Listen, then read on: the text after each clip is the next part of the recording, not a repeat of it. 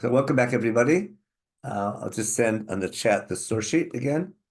We'll do it again in the middle, or I'll close the chat and we'll share my screen. Here we go. Ba-bum. So this is class 32 on our Nevi'im Rishonim series, and we're going to continue David and Bathsheba this week.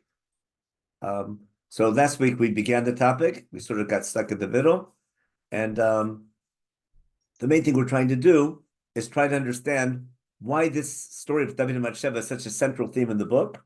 And the main thing we did last week is I tried to show you that from chapter 9 through 20, it's not just random stories. They all relate in some form or other to the story of David and Bathsheba, or basically it's David's sin and his punishment, because it's got to be quite clear that David sinned. He was punished for it. But despite the fact that he sinned and was punished, he didn't lose his kingdom. And even though that might be a reason, the later generations might think that Malchut David is not legitimate, as the Northern Kingdom thought. I need a book that I can explain over and over again to verify and make it crystal clear from the prophetic, from the point of view of the prophecy of prophets, is that Yerushalayim is chosen and Malchut David is chosen. We saw that topic several times already. Okay, now, today's class, we're going to go back and study what we started last week and try to do it more in order to reach I would say a definite conclusion, but try to appreciate the famous machloket about how bad was David's sin. So just a quick review of the units we've been doing so far. Remember, the book began with establishing that Shmuel is a bona fide prophet, that God wants a king, even though Shmuel thought it was a bad idea. God says he wants a king, even though the people are asking for the wrong reason. It's the job of Shmuel, the Navi, to put the kingdom in the right direction. Shaul is anointed, starts the kingdom, gets off to a good start, but we need to know that even though he was anointed publicly, he was unanointed. And then why God took away his kingdom, the story primarily with the war of Amalek. And then why David, even though he was anointed, why he was anointed clandestinely and not publicly. And even though Shaul was anointed publicly, we have to explain why he was unanointed. And David, even though he was not anointed publicly, it was clandestinely, why that happened, and why his malchut is forever. And we'll see part that we're going to begin our shir today, because that's one of the key points of the book. Shmuel Bet begins with the fall of Shaul's house with Ishbosheth, his assassination, and then chapters 5 through 8 was David becoming king over all of Israel and wanting to bring their own to Yerushalayim, moving the capital to Yerushalayim. We talked about uniting the nation and a lot of his key traits to make him fitting to be the eternal kingdom. And our big unit, which is the biggest unit of the book, chapters 9 through 20, at least in Shmuel Bet, is we call David sin with Bathsheba. Last week we saw why it began and where it ended. And I want to go back to the beginning of this unit, chapters 9 and 10, which are really not the main topic of the book, of the unit, because the main topic is David sin with Bathsheba. But remember, chapter 10 is the war that leads to it. And chapter 9 is the story of Mephibosheth. I'm giving a title for my shir for this section now called Chut Shel Chesed. Anyone knows where that saying comes from? Chut Shel Chesed? Anyone ever hear of it? No. Asher? From Megillas Rus? Yeah. I don't think, is a phrase in Megillat Ruth? There's definitely a saying of Chut Shel Chesed. It's like a string of kindness. But Chesed's a pretty famous word. What I want to talk about is Chesed in Tanakh is not just kindness, but also relates to commitment, especially commitment in the framework of a covenant. Not all the time, but definitely some of the time. In fact, sometimes it's rather surprising to what extent. So what I want to show you that's going to tie together, that's why I call it Chut Shel Chesed, it's a string that's tying these things together, how we have the word Chesed in the previous unit, when David is chosen to be an eternal kingdom, Malchut Olam, and these two units, these two chapters that begin our unit, both begin with David doing his acts of Chesed. God did Chesed with David, and David's going to do Chesed with others. Now, listen to how it begins. V'yemer David, this is the beginning, the intro to this big unit. V'yemer David, Achi yesh od asher notar lebeit Shaul, ve'aseh imo Chesed ba'avur Yonatan. Now, did David and Yonatan have a brit or not? That was explicit, wasn't it? David and Yonatan made a brit. They made a covenant with each other that they'll take care of each other. And remember, David said, Yonatan told David, when you become king, I'll be your I'll be your mishnah, I'll be your assistant, I'll be your, next in line to you. They got along great. Remember, Yonatan saw David was going to take over the leadership. They wanted to work together, build a nice coalition. Unfortunately, it didn't work. But David made a commitment to Yonatan, and therefore, after Shaul died, David wants to make sure that he fulfills his commitment to that brit. And therefore, he's going to do chesed, not stam chesed, but chesed in the context of a brit, of a covenant and a promise he made with Yonatan. Don't you think that chesed means loyalty? And they were loyal to one another. I agree that chesed, for sure, in the context of kindness in the framework of a brit, I think it goes exactly with loyalty. But what I want to show you, it comes up many times when there's in the context of a covenant. We'll see. Not always, but again, I agree with you. Loyalty is just as good as commitment as far as what the word means. The main thing is it's in the context of a covenant. Remember, Tziva was taking care of the household, and David called him and he asked, David asked Tziva what he can do.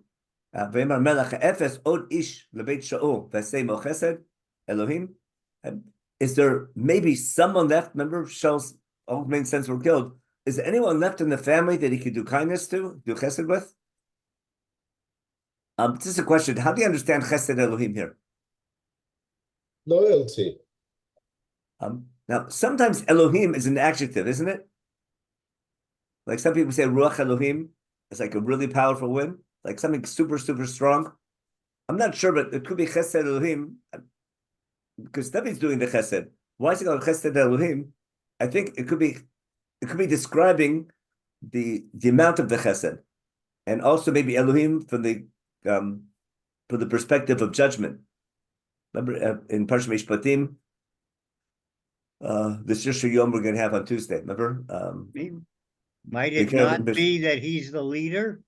David is the leader, and like you just said, Elohim is judges.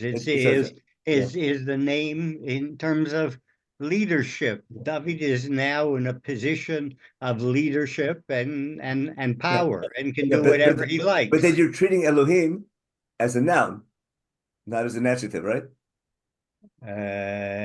Yes. Yeah, I'm thinking it could be chesed. Sometimes Elohim can be an adjective. Like, have you ever heard the pirush that Ruach Elohim can be like a powerful wind? Not necessarily, but it could be. But there's definitely examples of Elohim being. It's not that often, but Elohim is something very powerful. Either way, he's going to do a chesed because it's his chesed, but it's describing the type of chesed he's doing. So it could be David is viewing himself as Elohim. I think it makes more sense that he's doing simply a tremendous act of, like you said, loyalty to the family of Yonatan. Okay, and he says Yonatan has a son who's crippled. And that's the story of Mephibosheth. We're not going to go into. Before we forget that, no, he makes a promise, and Mephibosheth will be eating by his table, and he'll take care of his family all the time. Later, Mephibosheth is going to come up in the story of the rebellion of Avshalom. So this is a prelude to a story that's going to be later on in the unit. Now, the next story that leads to the battle against Ammon, remember Jordan's king died and his son takes over. We talked about this last week. But we didn't read the story, but listen how it begins. Remember David, because David had a treaty with Jordan, and he didn't want to break it. So he wants to do an act of chesed with Hanun ben Nachash, kasher saviv imadi chesed. The mutual relationship of, like you said, loyalty and kindness, but again, in the context of mutual commitment. And therefore, David sends a delegation to comfort the family.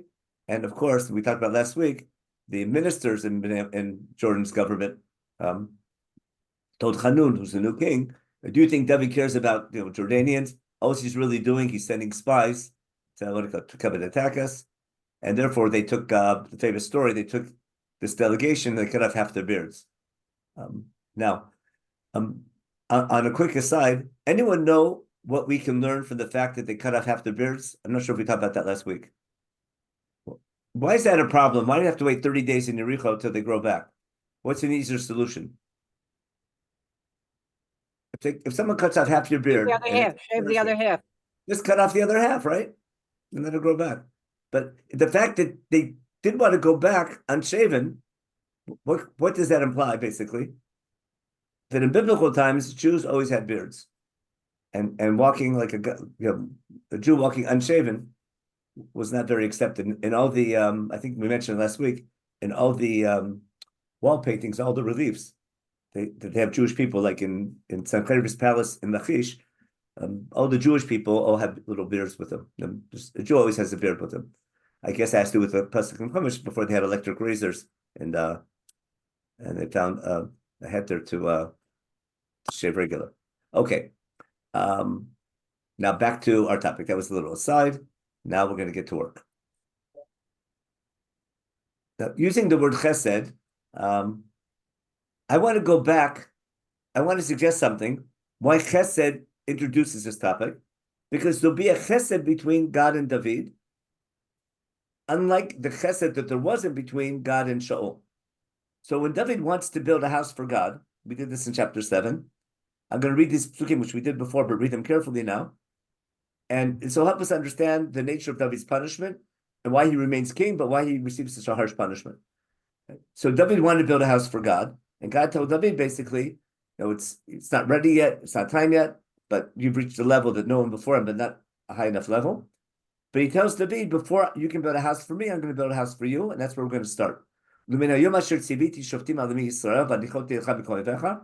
Unlike anyone before you, I gave you more rest from your enemies around than anyone else, and that's what you thought as well. That's why you thought it was time to build. But before you can build, God's going to build a house for you. We call that the dynasty. And therefore, before David can build a house for God, he has to have a son taking over. And you'll go and die. And then I'll establish from your offspring and establish his kingdom. Then once you have a son taking over for your kingdom and showing that stability, he can build a house in my name, and I'll establish his kingdom forever. Now see the word Adolam? It's called a Brit Olam. There's an eternal covenant between God and David. We talked about this before. We saw this in Uriel, that the covenant, that Brit Olam, we have with Brit Keshet, between God and creation and nature, between God and Avraham Avinu and Brit Milah, and then later Brit Sinai. There'll be a Brit Olam, as we talk about in Shabbat being the Ot Brit, that's a Brit Olam. Now, it's eternal and can't be broken. But even though it's an eternal Brit, the relationship can be rocky. And therefore, what happens when you do bad? I can't break the relationship. We compare it to a Catholic marriage, but rather, punishment can be very harsh. Okay. So it's it'll be a father-child relationship, which again, that can never change. Therefore, when he goes astray and he sins, which I'll punish him harshly. Harsh punishment will come from other people, from within his own family, possibly. But the fact that you're chosen forever doesn't mean you won't get punished. In fact, more so, I'm going to be more harsh on you than with other people. We talked about last week that just like God's with Am Yisrael forever, in a similar manner, because we're chosen forever, God will reward us when we're doing good, but He'll be extra angry with us compared to other nations when we go astray. They have all the tochachot, and we say that every day in Shema. Now, here's the word chesed. V'chazdi lo yasur mimeno kasher asirotim imsho asher asirotim lefanecha. My chesed that I'm going to have with you won't be like the brit I made with Shaul. Shaul, I unchosen. Remember, Steve, God decided He doesn't want Shaul, but I'm going to pick David. But you're chosen forever, and therefore, no matter how much you sin, I can't get rid of you. You're always in my kingdom, but I have to punish you harshly when you do the smallest things wrong. Okay, your house will be established forever again. See this idea of a Brit Olam? That idea of a Brit Olam between David, we saw that, remember, in Yirmiyahu Lamed Gimel, chapter 33, we talked about that 2 shurim ago. So just for a start, like Chesed, think the word Chesed is not just kindness, but it's kindness in the, like you said, loyalty in the framework of a covenant. Now, I'm going to give a couple quick examples of this, which I'm not sure if I'm right, but just an idea of how this chesed might relate to what David's doing in his own sin. with Bathsheba. One of the strangest uses of the word chesed is in these two examples. Everyone knows the story of Avram telling Sarah, say you're my sister whenever we get in trouble. It wasn't just one time. When they started their traveling, because Avram was leaving his hometown and it's dangerous, and people can just steal people's wives and things like that when there's no Yirat Elokim, when there's no fear of God.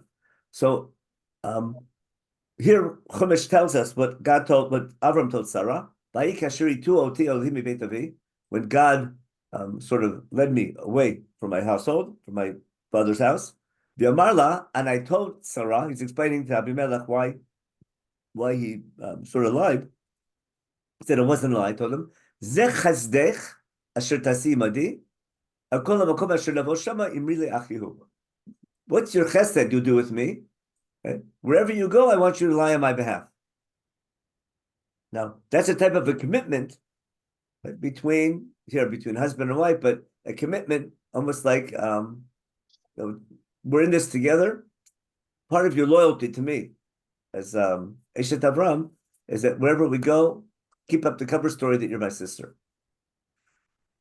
So they won't kill me to take you.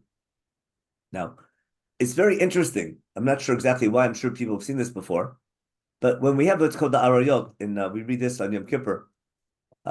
Actually, this is the second half of it. But reading Sefer Vayikra in Perek Chaf, it talks about the different Arayot. Remember the forbidden marriages? One of them, remember, there's incest, there's parent and child, and all different kinds of forbidden relationships. The strangest wording here is when someone sleeps with his half-sister. It says, if a man takes his sister either from his father or from his mother, for sure, the total sister, but even half-sister, and they sleep together,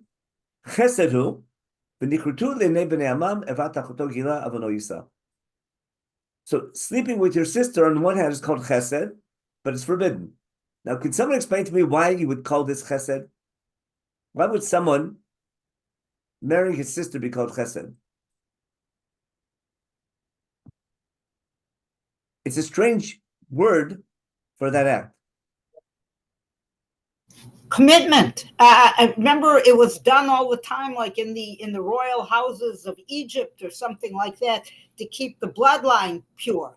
So therefore, it would, if you're using the word chesed as commitment, it would be the ultimate loyalty. Or could be even down a drop from that.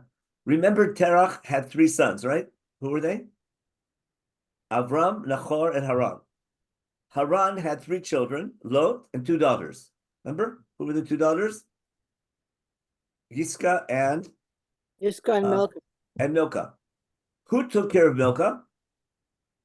Nachor, remember? Nachor, the brother, married Milcah. Why? That was his niece. Remember, it's a family relationship. And because there's no one to take care of her, so the uncle took care of the niece. And that's why Chazal say that Yiscah was Sarah. Right. I mean, Abraham says later on she's a blood relative. And therefore, when you have a family commitment and there's someone who's not married, has no one to support her, so it could be the uncle simply takes the niece or whoever that is who didn't find a husband and puts him under her wings and takes care of her. That's not a forbidden marriage nowadays. I mean, it's by the Torah. That wasn't outlawed in Vayikra with all of these other ones. No, here it's a mamash's sister that's forbidden. Right, but an uncle and niece is that's not forbidden. But calling taking care of all the harayot, taking care of a sister, of a half sister, as chesed is interesting because it's not your classic type of incest. It's more like it might be coming from a good place. Of course, it's wrong, but someone might think it's okay to do it because you're helping the person out.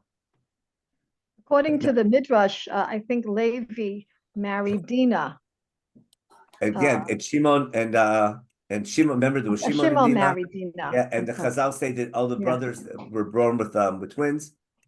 So you see to get things started. I mean, sooner or later, somewhere along the line, we had people had to marry their immediate What relatives. about Mordecai and Esther? That's an uncle, according to the Megillah. Right. So, but it doesn't say they were married. It says he supported her. Remember? The Medrash says maybe they were married, but Mhm. Imshat, she Omein means he supported her. And he treated her like a daughter. Remember? Think about it. I don't think Pshat and Megillah is he married her. That would make the story even way more complicated.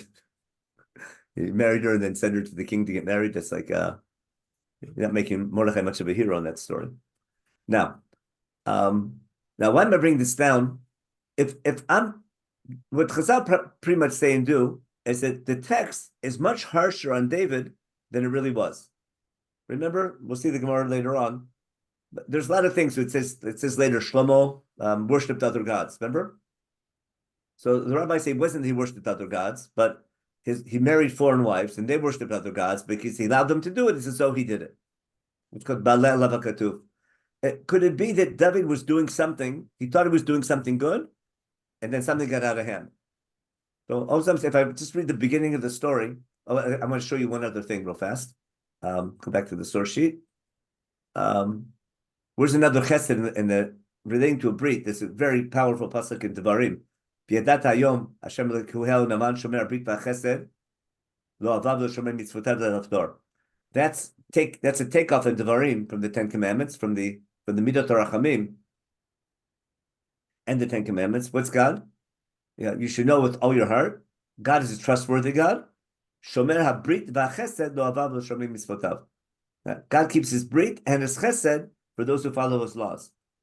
That's actually in the frame of that's midat adin, not even midat rachamim.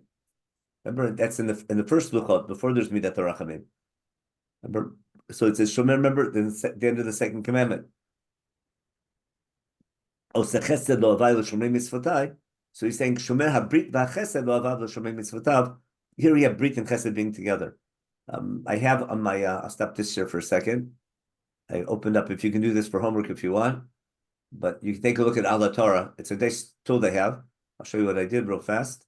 In Ala Torah, all you have to do, in case you didn't know how to do this, you just take a story here. You click on the word chesed, you get a concordancia, and 249 times in Tanakh you have the word chesed. It gives you a what do you call it? A tarshib, how many times in each book the word is. It's a great study tool. It's a great research tool in Ala Torah. It gives you a definition of the word from earlier things. It's a tremendous tool, but if you go through it, so where's the one in Devarim? Here, Oseh Chesed La'alafim, that was in the Ten Commandments, and you have no Chesed La'alafim in Midot Rachamim, it's no Sevon B'Fesha. We had the one we saw in Vayikra, and where else do we have? When Moshe wants God to forgive us, it's loyalty, and again in a covenant between God and the people. This one we saw, and I could have brought the example of Avram and Eliezer. When Eliezer says, sees God helping him with chesed, or do a chesed for me, or chesed with his master. But what I'm getting at, chesed, I think, is more than just regular old kindness. It's something a little bit deeper. What else was there? Okay, that's one we saw here in Devarim. So again, that's just a tool in case you want to use it one day. It comes in handy, and I can stop this share and get back to our big topic now. Okay, so that was a background. I'm going to read and suggest something where there's a difference between someone hunting to commit adultery and something happening almost by accident. I'll explain what I mean. And then you get yourself into a mess. If I go back to the story of David now, here in this unit. Remember, we went through the unit last time. David does chesed with Mephibosheth. The chapter 10 was the diplomatic incident where David's doing chesed with the king of Ammon.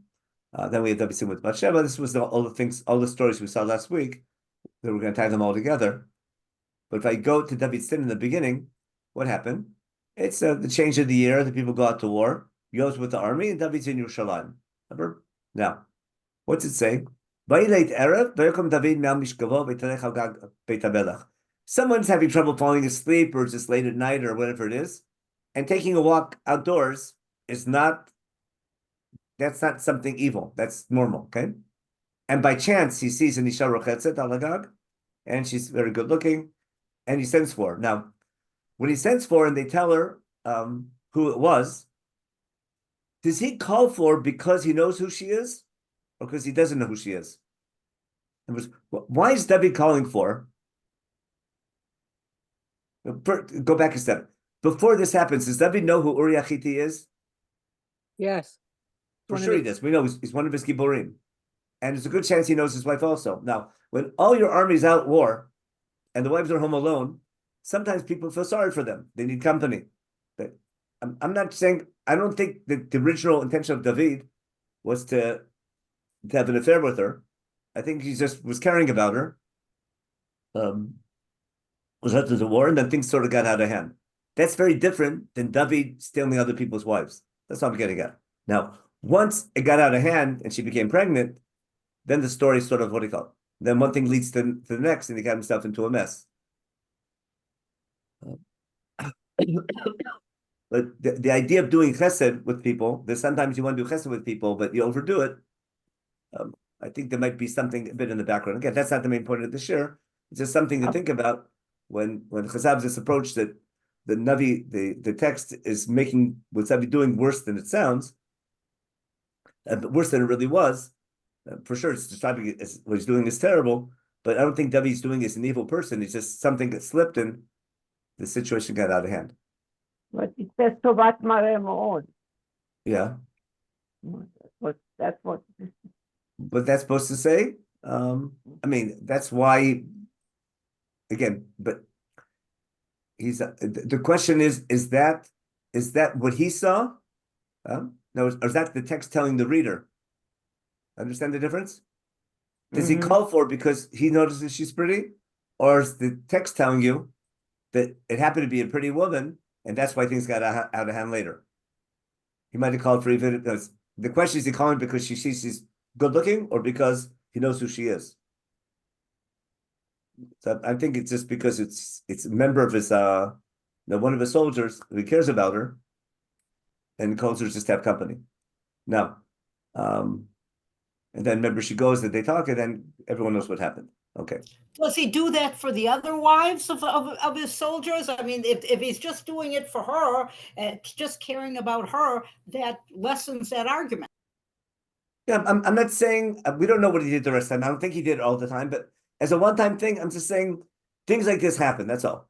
I'm not saying, this is not a classic character trait of David, but there's no doubt he slipped here and went astray, but I don't think it began as something intentional from the start. It's not his main character. People or good people will do bad things sometimes.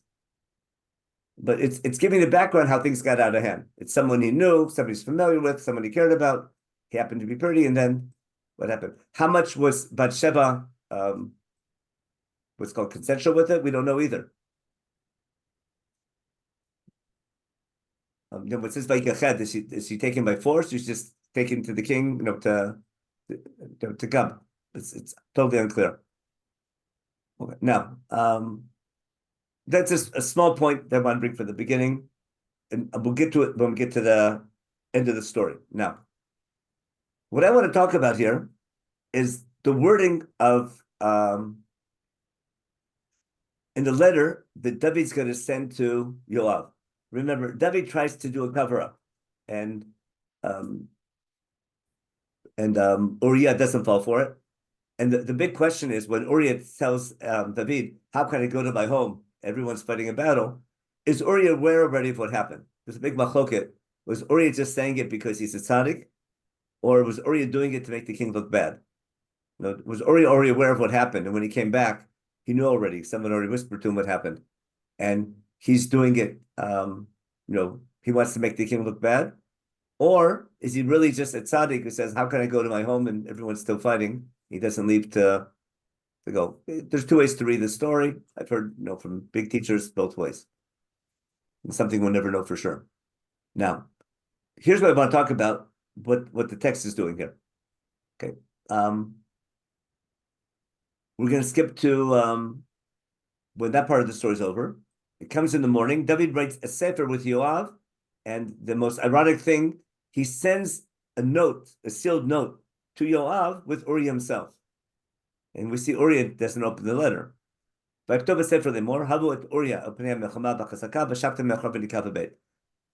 tell him to do? Send him to the front line, and then retreat and leave him by himself.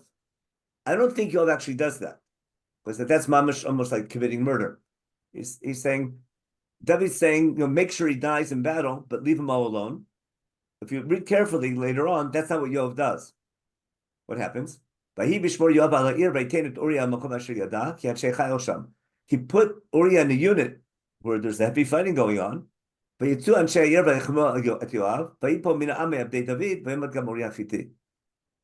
it doesn't say that he sent out Uriah and everyone else retreated. He sent Uriah to a difficult fight, and he wasn't the only one who died. Other soldiers died. Now, that could be even worse of what David did. Not only did Uriah die because of this, but other soldiers died because of this cover-up.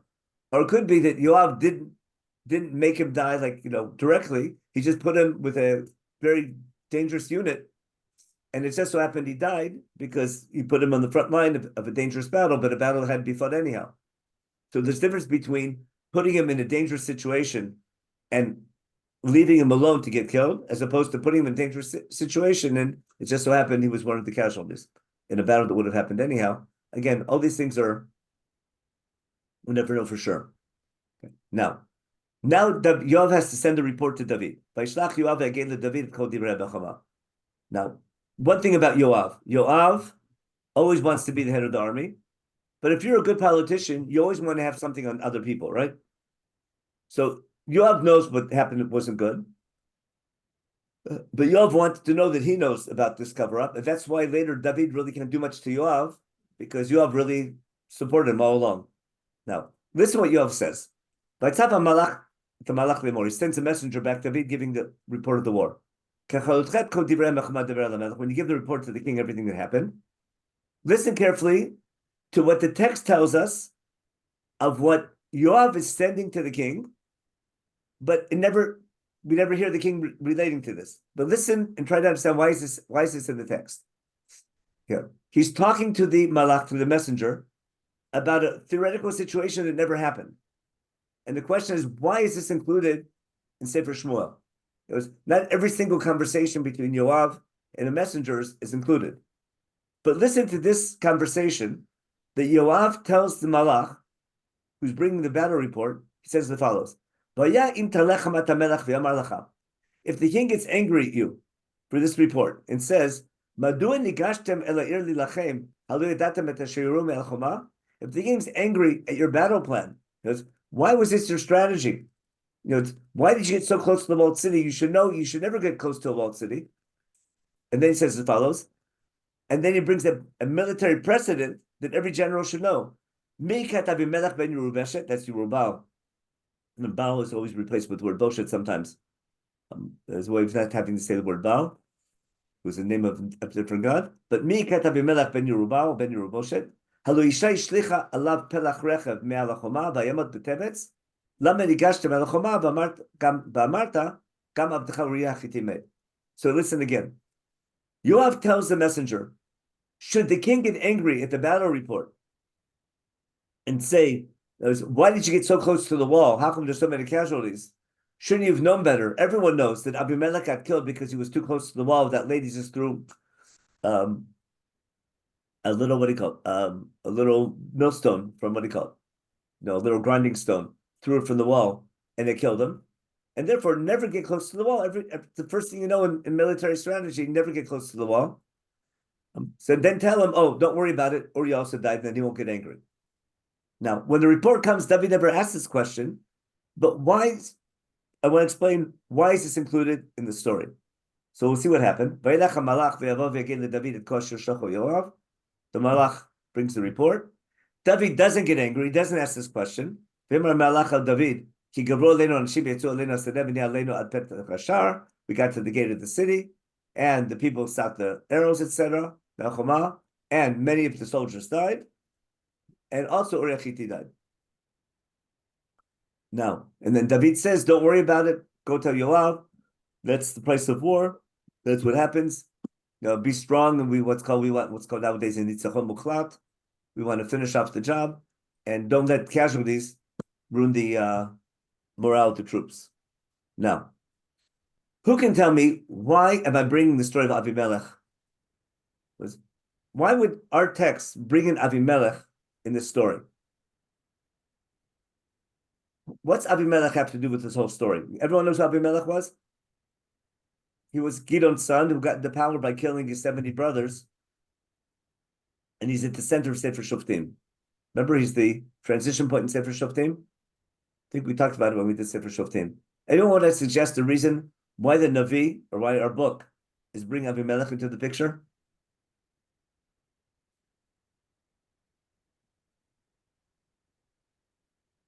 No ideas? Did anyone even notice this before about Avimelech being mentioned here? In my opinion, it's a critical point in the story.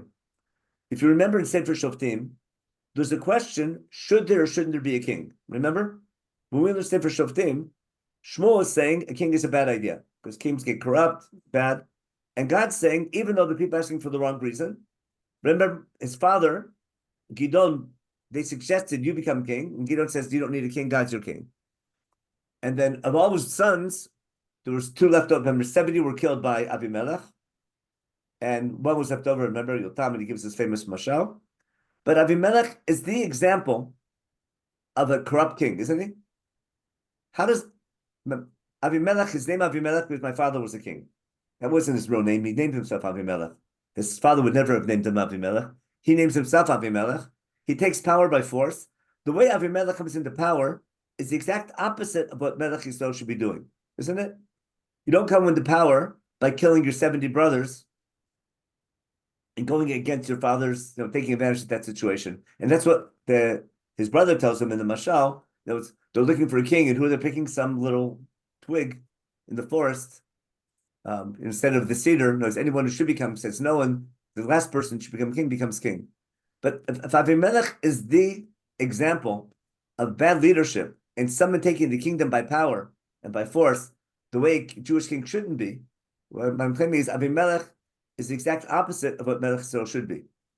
And what the text is alluding to is that David, who up until now took the kingdom properly, didn't try his best not to kill other people, and wanted the people to accept him the proper way. Now he's acting in a way that's almost like Avimelech. Remember, killing other people to stay in power? That was using your power as a king to do terrible things. That's something, I think there's a hint here that this is like a big drop in David's character. But using Avimelech in the story, I think you're always trying to tell him, look who you're behaving like. Of all the people to pick as leaders, Avimelech is the worst leader we have in our whole leadership line, from Yoshua until David. The worst natural leader, if you want to even call him a leader, was Avimelech.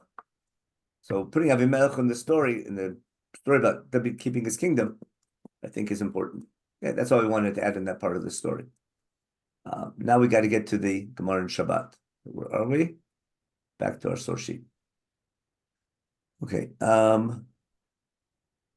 Okay. So he gives the story, and then he says, "Don't worry, because he also died." Okay. Batishma ishet Uriah kimet Uriah isha. Okay. Batispora bala. Okay. She mourns her husband. Vayavora evel. Vayishlach David vayasvel beito betitol isha. Vatel lo ben vayira davar asher aseh b'nei Hashem. Now, David's not happy about what happened. Now, did David do the right thing or the wrong thing by taking Bathsheba home? Was that the right thing or the wrong thing? Was that another bad step, or is that part of his tshuva? What would you say? Maybe it's a tikkun. Was the wrong thing. Did he wait long enough? That's a technical issue. There's a machloket today about what's the moral thing to do.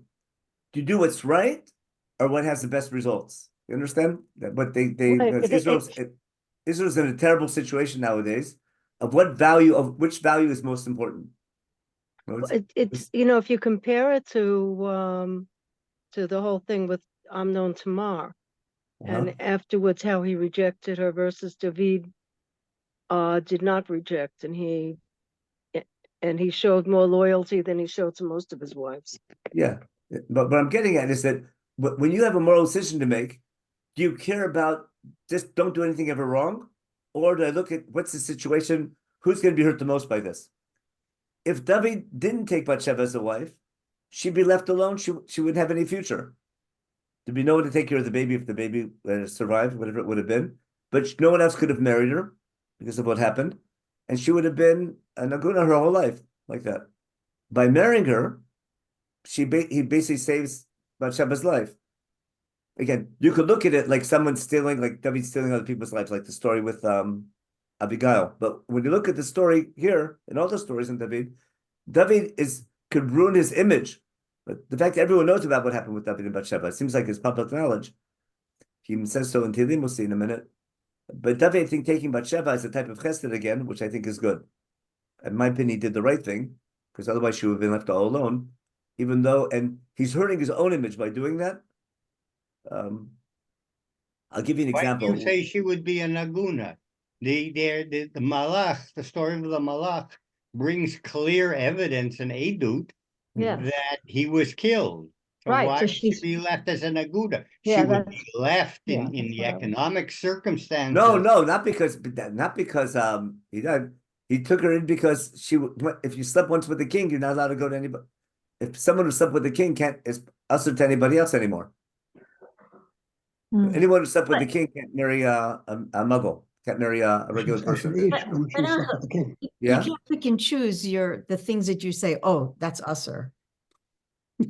There's too many things he's done that are usher. All of a sudden, oh, someone who sleeps with the king, I don't know, that's picking and choosing, But I'm not saying it's right. I'm saying had David not taken Bathsheba in, she would never have been able to get married again. No one would have married her. And she wanted to be. This is what she wanted. That's what she was angling for the whole time, to become. Yeah, I agree with you there. I think she was. I won't say I'm not blaming her, but I don't think she was so much. And the question was Uriah really ever, was he Jewish or not? He's a Hittite. That's clear. He's a Hittite. Just like there's people from Gat later on. We'll see who come and help. So I'm saying it could be halach. That's what the Gemara says. Halachically, it might have been fine. Morally, it was bad. I'm saying once he made a moral mistake, he still instead of hiding it from everybody and not becoming bad news about him, he admits what he did wrong and he takes care of her. Kind of like his forefather Yehuda. Well, yeah, it's like Tzadkamim, kind of idea, like with Yehuda, exactly. And the fact that Shlomo is going to build a mikdash comes from here. There's got to be something much deeper. That's why in Kabbalistic ideas, like this shidduch was in heaven. It should have been happened beforehand. That's the way Chazal see it. Now, there's no doubt the Navi sees it as something terrible. Now back to all I'm saying is that taking Bathsheba for a wife ends up being something. Let me explain what I'm getting at. Later on in the beginning of Sefer Melachim, there's going to be a campaign by Adoniyahu to to take the kingdom. David's getting old, and there's two contestants to take over for David, to succeed David. Who are they? Adoniyahu, who's cool and everyone likes him, etc., and Shlomo. Adoniyahu has everything going for him except one thing. The what? The David promised Bathsheba that Shlomo would become king. Okay? Now, I have now a campaign. But that's not in the shot. No, it says later on that Bathsheba says that David promised her that her son would become king. But it's not. She said it, but we don't see David saying it. When Shlomo was born, when he calls him Yedidyah, when the Navi calls him Yedidyah, and calls him Shalom, it seems that he wants him to be a successor.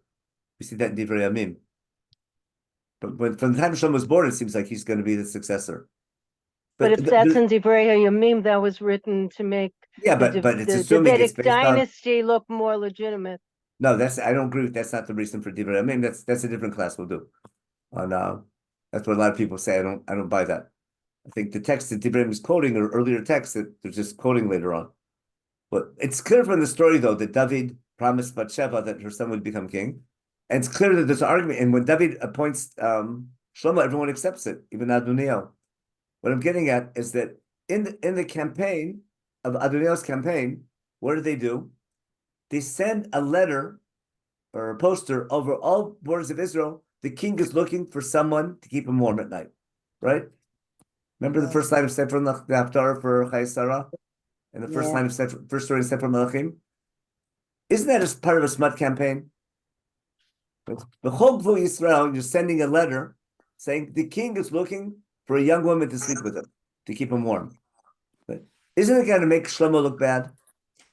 I mean, David looked bad. It's like, I'll give you a bad example. Let's say Clinton was running for re-election, and they put a picture of Monica Lewinsky saying vote for Clinton, some kind of idea. It would be a good example of advertising by the opponent, which politicians do too often. And when we get to Sefer Menachem, we'll talk about that. But what I'm getting at is that Shlomo has a lot going against him and a lot going for him.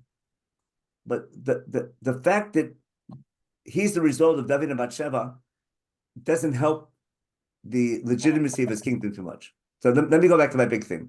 All I'm getting at is that, in my opinion, during the split kingdom, early in the split kingdom, when everyone is saying up north that we're legitimate and Beit El is legitimate and David is illegitimate, and therefore Yerushalayim is not legitimate, and therefore Bamod Mutter and Malchut David is this a disaster. Got it? I need a book to counter everything they're saying. Now, part of the dirt on David is not just David, but also Shlomo. Not just David was bad. Look how Shlomo came about. Look who his mother is. Look how he was born. And he built that Mikdash. You think God wants us to bring korbanot there? Understand? That's my key point I wanted to get across was I need to bring out everything. I need to know how bad it was what David did, and maybe we're even exaggerating. We're taking the worst case scenario of what David did wrong. He took someone else's wife and he tried to do cover, and he caused him to die, etc. The reality might not have been as bad as the Gemara says in Shabbat. What I'm trying to say is this book is presenting the entire story, right, to bring up the worst possibilities, to tell them that despite all that, God forgave David for sin, and Shlomo and David was chosen anyhow. Bathsheba was his legitimate wife after all this. Shlomo, a legitimate son, and the one who builds the Beit HaMikdash and continues the Davidic dynasty, despite his background, that was prophetically accepted because David did tshuva for his sin. I'm trying to explain why it's in the book and why this whole unit. And David did get punished. Got it? He paid 4 times for his son. He loses all these children, and there's a reason for him losing them all. But my point is, I'm trying to understand why is all this in our book. That's my big question. Because we don't have every story that happened in David's life in this book. There's a very select set of stories that the book tells. And almost every single story, David doesn't look so good. And there's a lot of raised eyebrows. And sometimes his behavior doesn't look good, but it was okay. Sometimes his behavior really wasn't okay, but he did tshuva on them. We bring them all in. My claim is that before this book was written, this was what everyone was talking about, and this book is coming to counter all those claims and telling you that from a prophetic point of view, Malchut David is chosen by God, despite all the rumors and despite all the tabloids and everything. And that's the key. I'm trying to explain. I hope that point's clear. Is that when I'm studying Sefer Shmuel as a book, I'm not reading it as a full history of everything that happened in David's life. It's a very select set of stories, and almost all the stories have something negative about David. It's coming to counter them and say, even though these happened, despite all that, God chose him anyhow. And that's why you have so many bad things about David. Not to tell us how bad he was, but because the bad stuff is there already, and therefore I'm coming to deal with all the reasons why people are saying Malchut David is not legitimate.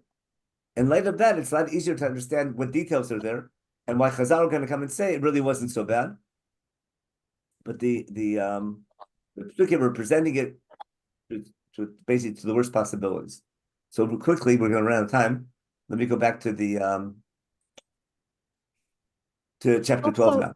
Shows the power of teshuvah, that he admits when Natan comes to him and gives him the story, he admits right away, when he finds out it's him that Natan is talking about, he admits and says, yes, I am wrong. I made a mistake. And as soon as when the baby dies, he gets up. He's been crying and praying to God to save the baby's life. And when the baby dies, he gets up and he realizes this is his punishment, and he never tries to justify it. He says, so I'm gonna take what you're saying, Rachel, and take it a step farther. But I've been comparing all along, we saw that with Yirmiyahu and Lamed Gimel like 2 weeks ago. I'm pretty sure we did that.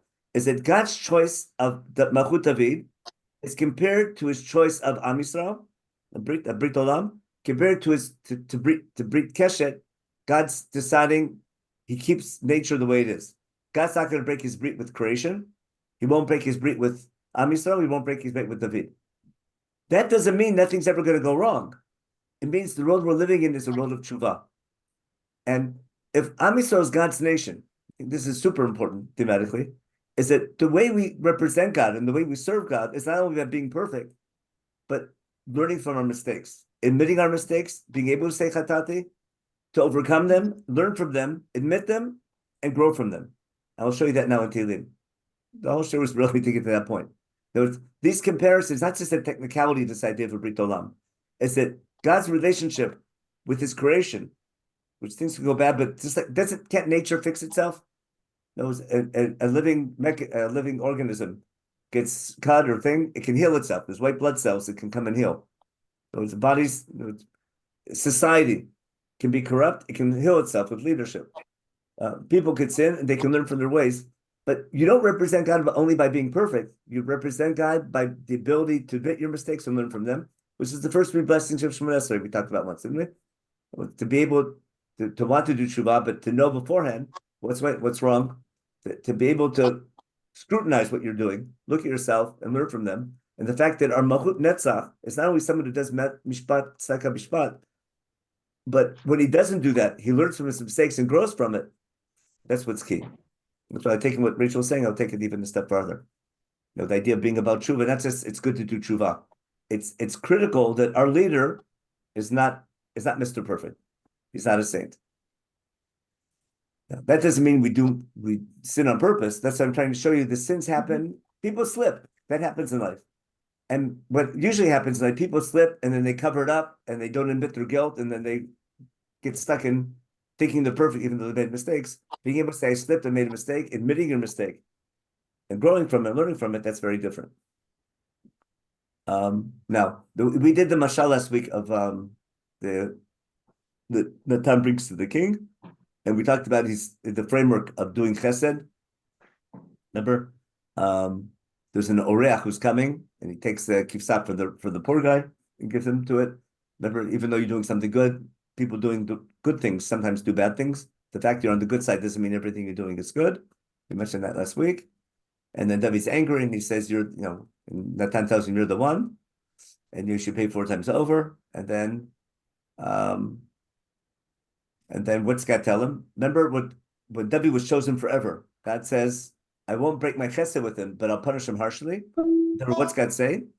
Kol Hashem, I made you king, okay? And I gave you, I gave you your kingdom, etc. Okay. Madu bazita dvar Hashem. Why'd you despise the word of God to do this evil? Okay. You caused Uri to die by sword. You took his wife, okay, and you caused him to die by the sword of Bnei Ammon. The Gemara will quote this in a minute. Do you apply the logic that you're using about to the sin of Moshe Rabbeinu? Well, I'll get that 1 second. Let me just finish this part up, and then because I want to do the Gemara, and then we'll take your question. Okay. What's God say? Komar Hashem, hini mekim alech ram mi beitecha, v'lechat et nashecha leinecha, v'natat l'reacha, v'shachavim minashecha leine Hashem eshazot. That's going to be the story of Avshalom taking his temple Lakshim, right? In other words, all the stories that follow of Lo tasurcher mi beitecha, that's going to be Amnon and Tamar and Avshalom and Tamar and Avshalom and Amnon and all the fighting within David's house. Okay, and that again, that'll be Adolam. Your Brit's Adolam, but your trouble comes. Because God's going to be stricter with David more than anybody else, because you, what do you call it? You despise God with this behavior, especially what you did Orechiti, and now this becomes an example you learn from of how to learn from your mistakes and not make them again.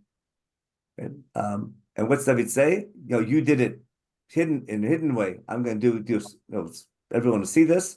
And David says Chatati, and God says in this key line of the book, Natan tells David, "Gam Hashem mever chatecha lo tamut." You won't die, but your kingdom will have trouble, will suffer forever now.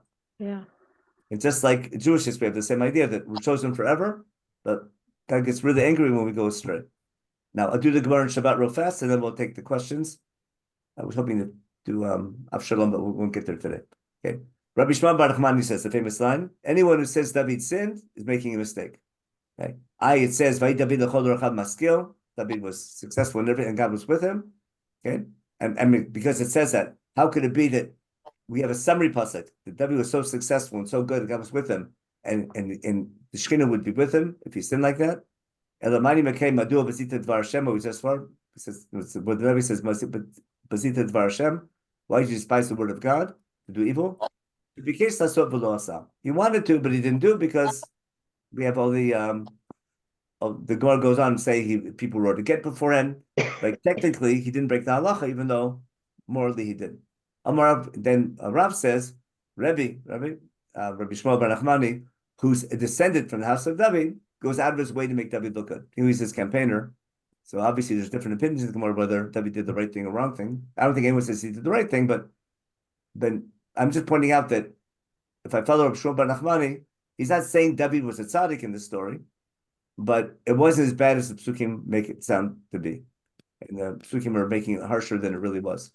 Now, just real quickly, based on what Rachel was saying, we saw this last week. This means more in Tehillim. Remember, David, when Natan challenged him about Sheba, he asking God for Chaninav to be gracious to him. He asking for to wipe away his sin. He recognizes his sin, etc. He goes on and on. But the main thing David wants is for God not to leave him. It's to recreate for him a pure heart. Bara is a verb, is a request. Because God recreate for me, right? Not bara. He's not making a statement. He's making a request. Create for me a new heart, okay? And create me a new ruach, a new spirit. To give me a new fresh start. And the main thing he says, don't leave me. Don't take away your ruach kodesh from me. And then the key line, based on what Rachel was saying, based on my behavior, I can teach criminal people how to return to you. In other words, now that I transgress and I learn from my mistake, I can be an example for other Baalei Tshuva. Okay?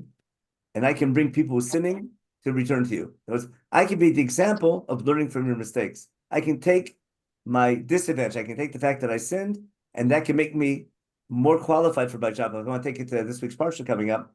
Aaron made a mistake with Chet HaEgel.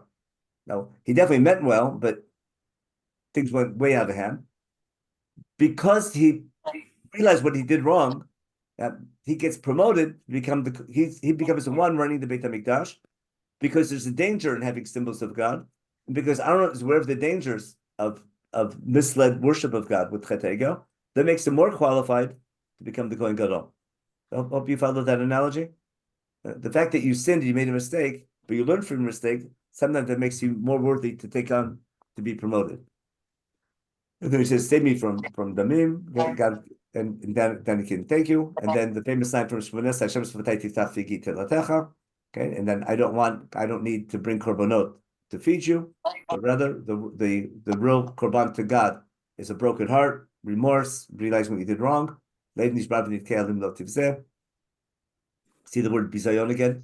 Remember bezita. God says God won't despise a true heart. And then, if we do proper tshuva, then you'll come back to Tzion. You'll rebuild the city of Yerushalayim. Then there'll be meaning to bring korbanot if they reflect the true understanding of the later life. Okay, we're not going to get to David's passivity with Avshalom. We'll continue with that next week, and we'll finish up this unit. Now, there was two questions. Let me just do a quick mute real fast.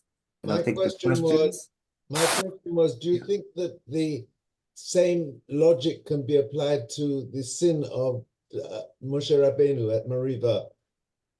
I think it's different. I don't think there's a sin there. I think that's a leadership issue. In my opinion, that's a whole share, but I don't think Moshe sinned by Meribah. I think it was he lost his leadership. It was God's angry with him because he and Aaron are punished for not being punished. They lose their leadership basically. It's a consequence, not a punishment. I don't think he disobeys God. God told him to take his matan, etc. Okay, thank you. Yeah, okay. But that's a whole share. And someone, wait, let me look at the chat real fast. We got 9 things here. Let's see what I did. I'm going to share one last time the source sheet for in case people want it. And where are we? Okay, let's see Republicans. Okay, there's a source sheet. Okay. Something almost got a hand. Okay, with Abigail too. Okay. Oh, wait, Menachem? Yeah, go ahead. You posted it directly to me, so you should have to change that to. Oh, sorry about that. Okay. I'll fix that 1 second. Direct message to everyone in the meeting and source sheet again. Okay, let me see the other ones. Okay, your explanation for the reason. Oh, this was a direct one. Okay, we'll stay away from American politics. Okay. But there's lots of political, unfortunately, too many things happen that way. Okay. David lost his children as a result of his mistakes. Aaron lost his children. Okay. I mean, why? I'll write what Ruth said. Ruth said, David lost his children as a result of his mistakes. So that's what we started seeing last week. He lost, what Avshalom did was bad. What Amnon did was bad. What enabled them to do that evil was David's lack of leadership and passivity because of his behavior with Bathsheba. So they understand the difference in dual causality. It's not that Amnon was a total tzaddik, right? And Avshalom was tzaddikim, and they died because of something David did wrong. They died for their own sins, but the fact that they got messed up is part of David's punishment, and their going astray was partially affected by David's own behavior, consequence caused by the sin of Bathsheba. That's what we began talking about last week. Because of David and Bathsheba, David can't judge the people anymore. He can't tell Amnon what to do. And if my daddy did something like that, Amnon would be like that. It's Amnon's haughtiness and what he does with Tamar is affected by David's behavior. Had he had a better role model to follow, maybe that wouldn't have happened. That doesn't mean Amnon did what he did was terrible. It was wrong what he did to Tamar, and he's punished for it. And Avshalom probably had no right to kill his brother, but you understand why he wanted to kill his brother. And then bringing Avshalom back, and then the support that happened. What I'm getting at is that people, the best example is a mission in Pirkei Avot by Hillel. He saw the skull floating on the water. It says, because you killed someone, that's why someone killed you, and the person who killed you is going to get killed also. Remember that one? So life's complicated, and hashgacha is complicated, but that's the point is that David's behavior with Bathsheba leads to his passivity, which leads to his kids misbehaving, and they die for their own reasons for what they do wrong. David has ministerial responsibility for it, but that's part of his punishment. It's not just, oh, you sinned and God's going to punish you by taking someone innocent from you, but your own behavior is going to cause them to go astray.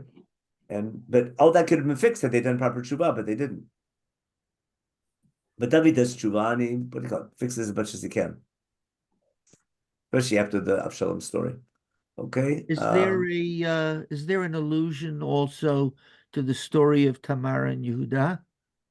I think it can't be by chance that the Yehuda and Tamar story, Tzadkabi Beni, and but it's not the same story because it's not taking someone.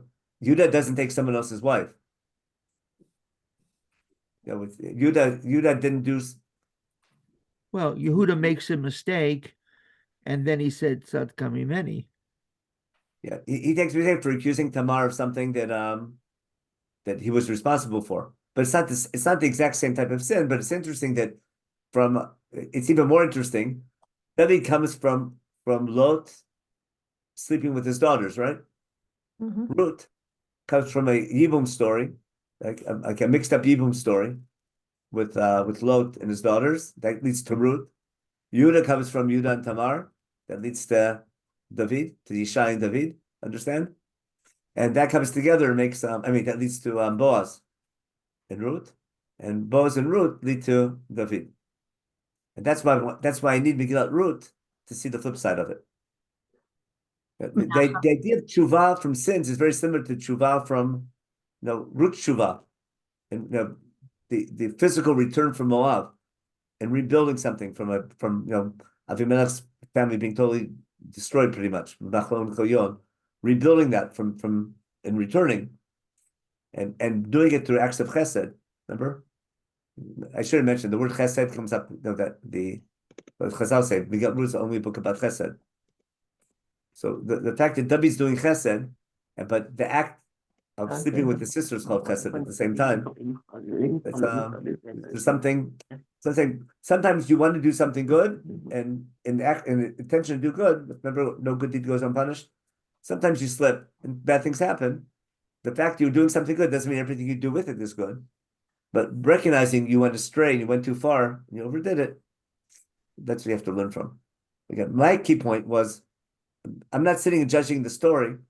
When you can read the story from all these different angles, I'm trying to explain why is the story in the book and why is it so harsh on David, and why is it logical to say that the book is harsher than the reality, because it goes back to the prophetic purpose of the book that I'm trying to get across all the time. That's the main thing I'm trying to get across in the series. Already, so question. To follow up what Chaim was just saying, it has always intrigued me that in Divrei Hayamim, Batsheva's name is spelled with a vav, and so it looks like Batshua. Oh. So there is a connection. Somebody's got making a connection between the Yehuda and the wife Batshua, and David and his wife Batshua, Batsheva. But in Divrei Hayamim, the added vav a lot is a vowel. I know, but it's bedaf. It just jumps off. It could be, it could be. There's no doubt. I think the bigger illusion, just alluding to Avimelech in the story, I think this is more than everything. Because when you understand where Avimelech fits in Sefer Shoftim and the whole idea of Melucha, when Gidon says you don't need a king, God's your king, and there's logic, then Shmuel saying king's a bad idea, and then God finally gives him a king, and the one person who said no to the king is Avimelech flips it around and ruins things. When David's going back to Avimelech model, something's really wrong. It's like a full cycle from Sefer Shoftim. That's all. So David becomes the figure of tshuva, which is the idea that Malchut David being something we learn from. The idea of being able to do tshuva, as someone mentioned before, I think that's really key. It's deep behind it. Okay, have a good week, everybody, and hopefully we'll get the making progress, as they say, on the Chatufim thing. Thank you, Rabbi. Get a proper peace deal some out of this up. Okay, have a good week. Bye-bye. Thank you very much, Rabbi. Thank you so much. Thank you so much.